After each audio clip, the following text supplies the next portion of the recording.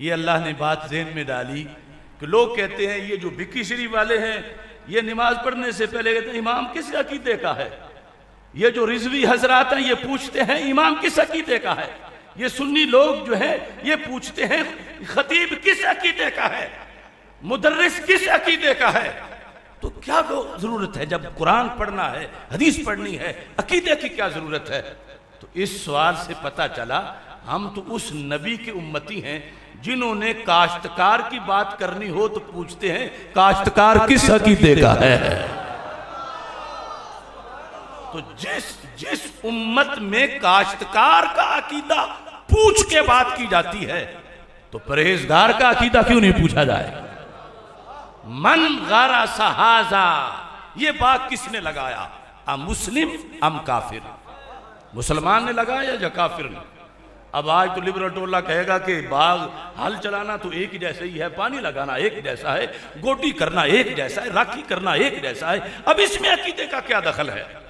लेकिन जिनका हमने कलमा पढ़ा, आपने फरमाया बाग अगर काफिर का है तो फिर और मतलब होगा, बाग अगर मुस्लिम का है तो फिर और मतलब होगा। तो मुबश्शिर ने कहा कि ये बाग मुसलमान ने लगाया। तो हमारे आका अलैहिस्सलातु वस्सलाम ने फरमाया मा मिन मुस्लिम यज़रउ ज़रा और यग़रिसु ग़रसा फ़यअकुलु मिन्हु इंसान औ दाब्बा औ शै इल्ला कानत लहू सदका।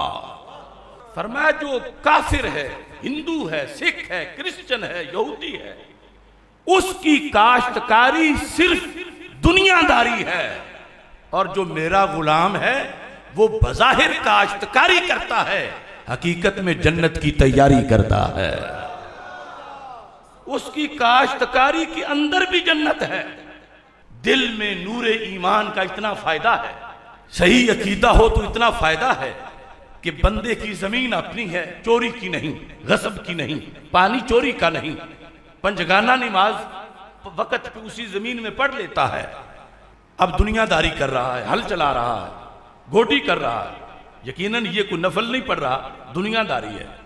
लेकिन इसका जब फसल पकेगा, सही मुस्लिम के मुताबिक मेरे आका सल्लल्लाहु अलैहि वसल्लम फरमाते हैं जितनी चिड़ियां, जितनी चोंटियां, जितने परिंदे, जितने जानवर उसकी खेती या उसके बाग से एक एक दाना भी ले जाएंगे, रब के हां हर दाने पर इस काश्तकार को सवाब मिलेगा।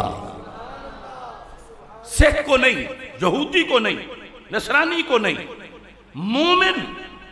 अब हो सकता है जिसकी 25 एकड़ गंदम है उसका सालाना नेकियों का जखीरा किसी तहज्जुद गुजार से भी बढ़ जाए कि 25 एकड़ चूंटियों, 25 एकड़ से उसे पता नहीं कि 1000 चूंटी आई थी, 10,000 चिड़ियां आई थी, कितने कव्वे आए थे, मगर जिसने जजा देनी है उसे सारा पता है।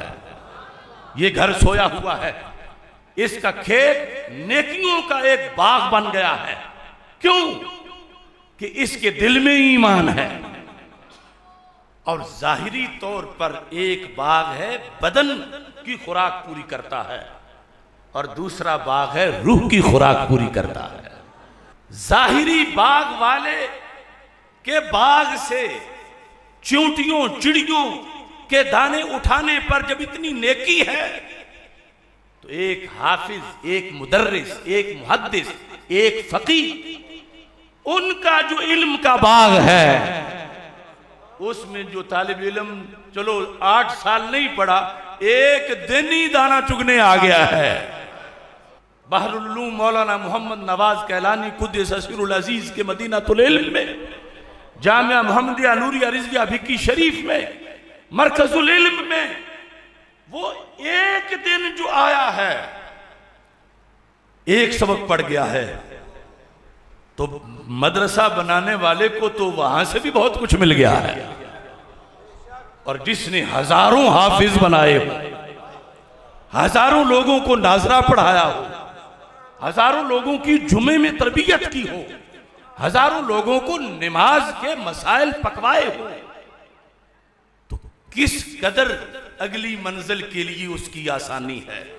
जिंदगी तो सब ने गुजारनी है, आलिम ने भी, गैर आलिम ने भी, मगर जिंदगी के साथ साथ के कब्र भी रोशन रहे और आगे के लिए भी चरागा हो, तो ये रास्ता है।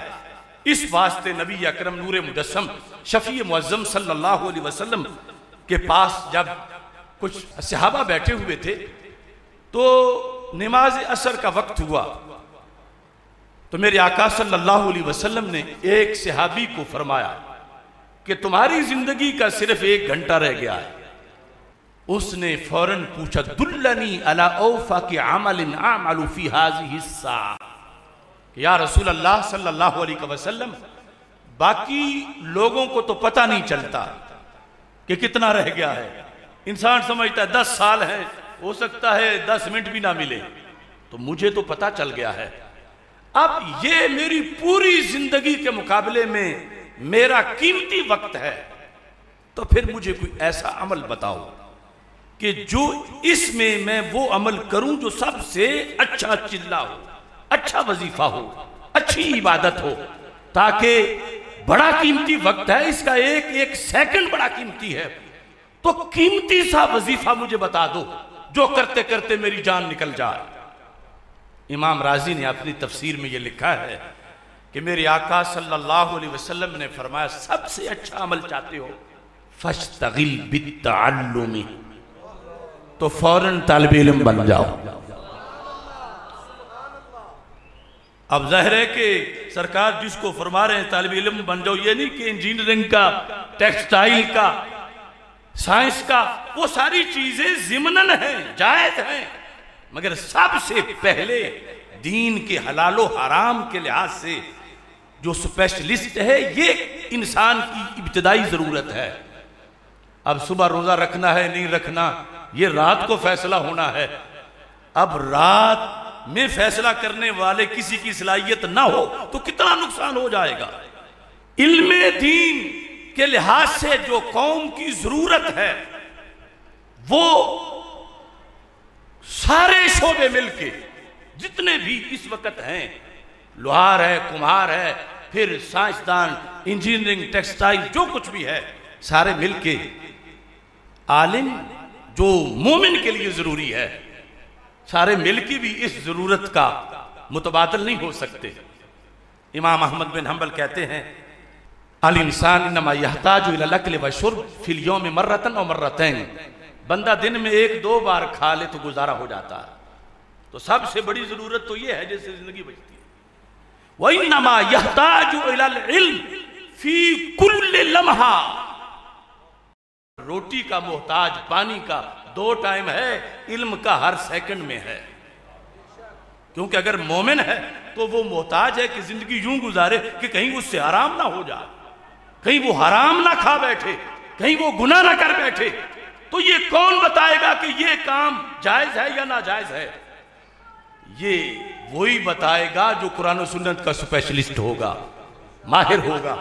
इस वास्ते मेरे आका सल्लल्लाहु अलैहि वसल्लम ने फरमाया, जन्नत में जाने के बाद दुनिया के जितने शोबाजात के लोग हैं, इनकी किसी की भी डिमांड नहीं रहेगी कि ये बहुत बड़ा इंजीनियर था, पूरे मुल्क में इस तरह के 2-4 ही थे, ये बहुत बड़ा डॉक्टर है और पूरे मुल्क में ये बस 2-4 स्पेशलिस्ट हैं दिल के, किसी की जरूरत नहीं, दायमी जिंदगी है। लेकिन आलिमे दीन की वहां भी डिमांड होगी, वहां भी डिमांड होगी कि जन्नती पूछेंगे, ए दीन को जानने वाले, रब ने नवाज बड़ा दिया है, अब अगर रब पूछे कि क्या लेना चाहते हो तो तू बता क्या मांगना चाहिए। वहां भी इसकी डिमांड है। तो अपने बच्चों को उस सीट पे बिठाओ कि जो डिमांड जन्नत में भी रहे, या फिर उस चीज के मुआमिल बन जाओ। हमारे आका सल्लल्लाहु अलैहि वसल्लम ने फरमाया, इन इस्तता फकुन आलिमा, बन सकते हो तो आलिम बनो। सबसे बड़ी बात तो यह है। अब देखो ना, सरकार सल्लल्लाहु अलैहि वसल्लम के बोलने का अंदाज, एक वालिद बड़ी हसरत से कहता है कि मेरे बेटे बन सकता है तो तू डॉक्टर बन, यानी उसकी बड़ी चाहत है इस तरह कहकर। तो मेरे आका सल्लल्लाहु अलैहि वसल्लम ने जो पसंद किया, तो हर वालिद वो चाहे तो कितना उसको सुरूर आए, सरकार फरमाते हैं इन इस्तता फकुन आलिमा, ये बड़ा मर्तबा है, बन सकते हो तो आलिम दीन बनो। फइल्लम तस्तती फकुन मुतअल्लिमा, आलिम दीन बनना मुश्किल है तो कम अज कम तालिब इल्म ही बन जाओ, यानी कुछ कुछ पढ़ते रहो, अगरचे पूरा सारी उम्र नहीं हो सका, लेकिन मौत आए तो तलब इल्म में आए। फइल्लम तस्तती, और अगर तालिब इल्म बनने का भी वक़्त नहीं मिलता तो सरकार फरमाते हैं फ़अहिब्बहुम, फिर आल उलमा और तुलबा से प्यार करो। फइल्लम तस्तती फला तुबग़िज़हुम, और अगर प्यार करना भी तुझे नसीब नहीं, जुबान से इनके बारे में अच्छा कलमा नहीं निकल सकता, तो फिर फरमाया ला तुबग़िज़हुम, कम अज़ कम उनका बुग़्ज़ तो ना रखो। जुबान से अच्छा बोलोगे तो जाहिर होगा ये प्यार करता है उलमा तुलबा से, तो चुप तो रहो, क्योंकि शैतान का सबसे बड़ा हदफ दीन के जो हामिलीन है उनके खिलाफ प्रोपेगेंडा करवाना है। तो अगर तुम चुप रहोगे तो कम अज कम इतना तो शैतान नाकाम रहेगा कि तुमसे वो उलमा के खिलाफ बुलवा नहीं रहा, तुमने कुछ ना कुछ तो उसका मुकाबला किया हुआ है। फला तुबग़िज़हुम, फिर इनसे बुग़्ज़ ना रखो। तो ये पूरी उम्मत के लिए पैकेज है, 4 सीटें हैं। फरमाया अगली में कोई ना जाए, आलिम बनो या मुतअल्लिम बनो या इनके मुहिब बनो, या कम अज कम बुग़्ज़ तो ना करो। ला तकुन खामिसा, 5वां ना बनो, अगर 5वें बनोगे तो फिर सिवाय हिलाकत के कुछ नहीं हो। हजरत कारी साहब ने अल्लाह के फजल से इस लिहाज से भी कामयाब जिंदगी बसर की कि अपनी बेटियों को भी कुरान और सुन्नत की तालीम दिलवाई। बेटों को भी, कुछ उलमा में ये कमजोरी रह जाती है कि औरों को कई जर्रों को आफताब बना देते हैं, मगर घर में वहीं अंधेरा रह जाता है। अल्लाह ने ये तौफीक भी उनको बख्शी। साहबजादा मोहम्मद अनीसुल मुज्तबा साहब हाफिज़ हैं, कारी हैं, आलिम दीन हैं। छोटे साहबजादा साहब खुबैब अहमद साहब वो भी हाफिज़ हैं। बच्चियाँ सारी जो हैं उन्होंने कुरान और सुन्नत को हासिल किया, उलूम आगे पढ़ा रही हैं। तो इस लिहाज से उन्होंने बाद में भी अपने लिए इस लिहाज का सदका जारिया भी छोड़ा है, और तालीम के साथ साथ इकामते दीन का जज्बा भी उनमें मौजूद था।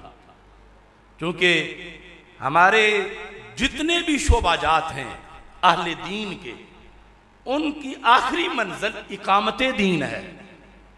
इकामते दीन का मतलब है दीन कायम करना, कुरान कायम करना। एक है कुरान नाजरा पढ़ना, एक है कुरान हिफ्ज करना, एक है कुरान का तर्जुमा पढ़ना, एक है कुरानी उलूम पढ़ना, कुरानी उसूल पढ़ना, फकी बन जाना। ये सारी चीजें, मुदर्रिस बन जाना, पढ़ाना दिन रात, यानी तफसीर पढ़ाना, उलूम कुरान पढ़ाना। लेकिन आखिरी स्टॉप अभी भी नहीं आया, वो है कुरान को अल्लाह की जमीन पर कायम करना। और ये हम सब पे कर्ज है। लेकिन कायम तब होगा जब पहले सारे शोबे आबाद होंगे। नाजरी ना पढ़े तो कायम कैसे करेंगे? हाफिज ना बने तो कायम कैसे करेंगे? तर्जुमा ना आए तो कायम कैसे करेंगे? कायम करने का मतलब है थाने में कुरान का निजाम, कचहरी में कुरान का निजाम, मुल्क में कुरान का निजाम। बस आयत पढ़ के मैं अपनी बात खत्म कर रहा हूं। रब्बे जुल जलाल ने कुरान मजीद में कहा, या अहलल किताब लस्तुम अला शै, नकरा तहतन नफी है। अल्लाह ने फरमाया, ए अहले किताब, तो रिजल्ट सुन लो अपना, तुम जीरो हो। ए यहूद, ए नसारा, तुम जीरो हो। क्यों? हत्ता तुकीमुत तौरात वल इंजील, नंबर तब मिलने थे तुम तौरात को कायम करते, तुम इंजील को कायम करते। तो तुम तौरात इंजील को कायम नहीं कर सके जब वक्त था। अब तो कुरान का जमाना आ गया, लिहाजा तुम सिफर हो। बुखारी शरीफ में है, सुफियान बिन उयैना कहते हैं, मुझे किसी आयत के पढ़ने पर इतना मुझ पे कपकपी तारी नहीं होती जितनी इस आयत की वजह से होती है कि अगर तौरात वाले तौरात कायम ना करें तो सिफर हैं, तो कुरान वाले कुरान कायम ना कर सके तो क्या बनेगा? यानी रब ने यह नहीं कहा कि तुम इसलिए सिफर हो कि तुमने तौरात को हिफज नहीं किया, तुम इसलिए जीरो हो कि तुमने इंजील को नाजरा नहीं पढ़ा, तुम इसलिए जीरो हो कि तुम तौरात के मुदर्रिस नहीं बने। फरमाया इसलिए जीरो हो कि तुमने इसे कायम नहीं किया। तो इकामते दीन ये असल मंजिल है जो हम पे कर्ज है।